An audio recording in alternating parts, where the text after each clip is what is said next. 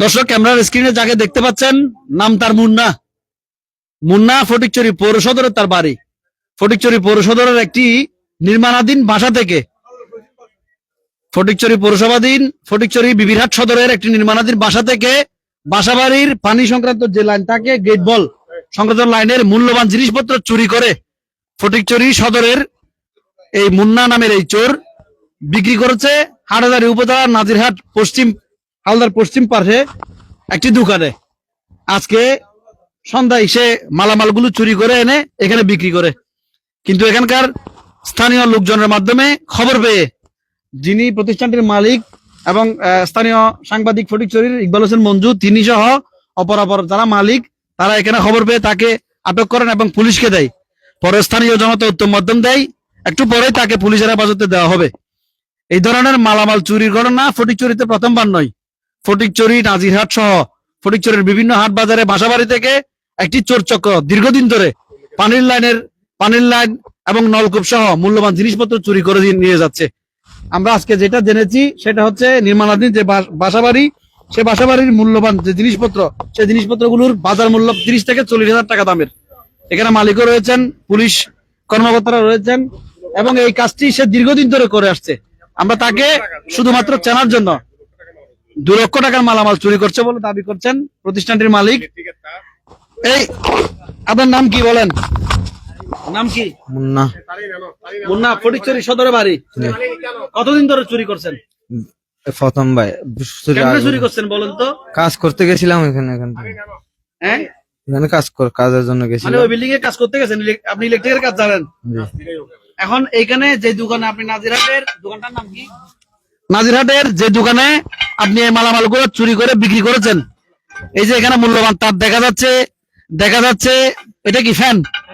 এটা এখানে দামি এগুলা প্রায় 1300 টাকা দামের মেটাল 1550 টাকা দামের মেটাল এবং তার সহ অসংখ্য চুরির মালামাল এখানে আমরা দেখতে পাচ্ছি। সে খুলে নিয়ে এসে এখানে বিক্রি করেছে কম দামে, একেবারে কম দামে বিক্রি করেছে বাসাবাড়ি থেকে চুরি করে। এই কিভাবে চুরি করলো একটু বলো তো?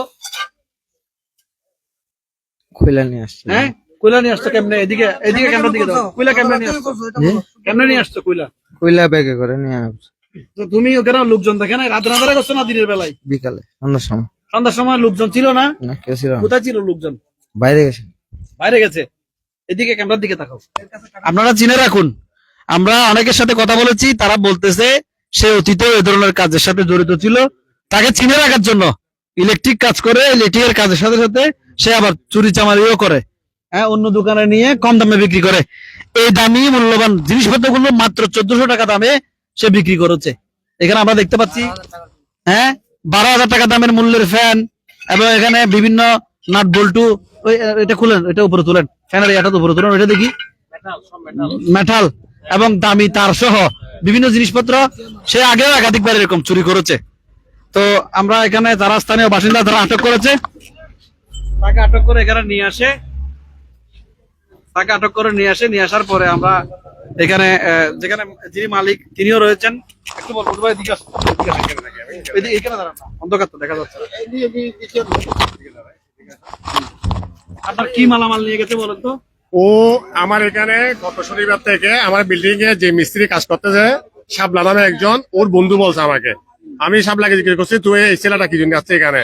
শাবলা আমাকে বলতেছে ও মিস্ত্রি, আমার দোস্ত, সেজন্য ও আসছে কাজের জন্য। তাহলে কি ও মিস্ত্রি? কথা না মিস্ত্রি না, হেল্পার।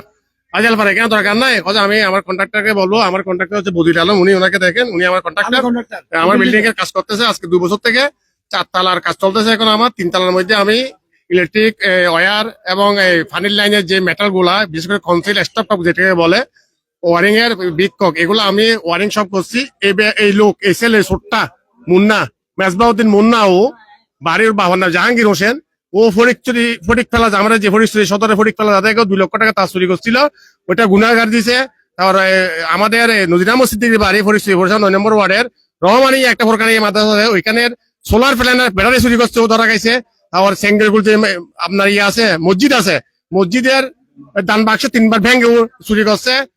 ওর চাচাতো ভাইয়ের ঘর থেকে স্বর্ণ চুরি করছে ও, সেজন্য ও সমাজচ্যুত, এলাকায় থাকতে পারে না ও। এই মেজবাউদ্দিন মুন্না, এই বেটা, ওর বাপের নাম জাহাঙ্গীর হোসেন। জাহাঙ্গীর আলম ওর ভাবেন না। এখন আমার এখান থেকে প্রায় আপনার 2 লক্ষ টাকার মতো মালামাল চুরি করে নিয়ে গেছে। এখানে আমরা তখন আমাদের এলাকার সমাজকে জানাইছি, প্রশাসনকে জানাইছি আমরা। ও আজকেও এক জায়গায় চুরি করতে যাচ্ছে যে তখন ওকে হাতে নাতে ধরা হয়েছে। হাতে নাতে ধরার পর ওর কাটা টাটা সবগুলো পাওয়া গেছে, যে তালা কাটা ইয়া কাটে সবকিছু। হ্যাঁ, ও এই যে সোর্সিস কেসোর ও আমার এখানে আমি নিজে দেখছি, ও আমার বিল্ডিং এর 3 তলার যেগুলো ওয়ারিং আছে এখানে ঘুরতেছে। যেহেতু ও আমাকে আঙ্কেল ডাকতেছে, আমি যেহেতু চোর এটা কল্পনা করে নেই প্রথমে। ওই শাবলার দুস্থ বলছে, ও কিন্তু জাতীয় ভাবে চোর।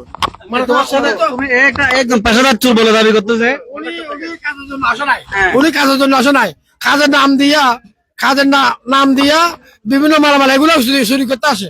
অনেক বিল্ডিং চুরি করছে, অনেক বিল্ডিং এ। আমি বলছি যে আমার লোক লাগবে না। তোমার সাথে আর কারা জড়িত আছে? হ্যাঁ, আর কেউ নেই। আর কারো তোমার সাথে আর কেউ করো না? ঠিক আছে, আমরা দেখতে পাচ্ছি পুলিশ আইন শৃঙ্খলা রক্ষাকারী বাহিনী যারা রয়েছেন তারা তাদেরকে আসলে আটক করে নিয়ে যাচ্ছেন। আমরা স্থানীয় মানুষজনের সাথে কথা বলেছি, তারা জানিয়েছেন যে সে একজন পেশাদার চোর। আমরা শেষ করছি।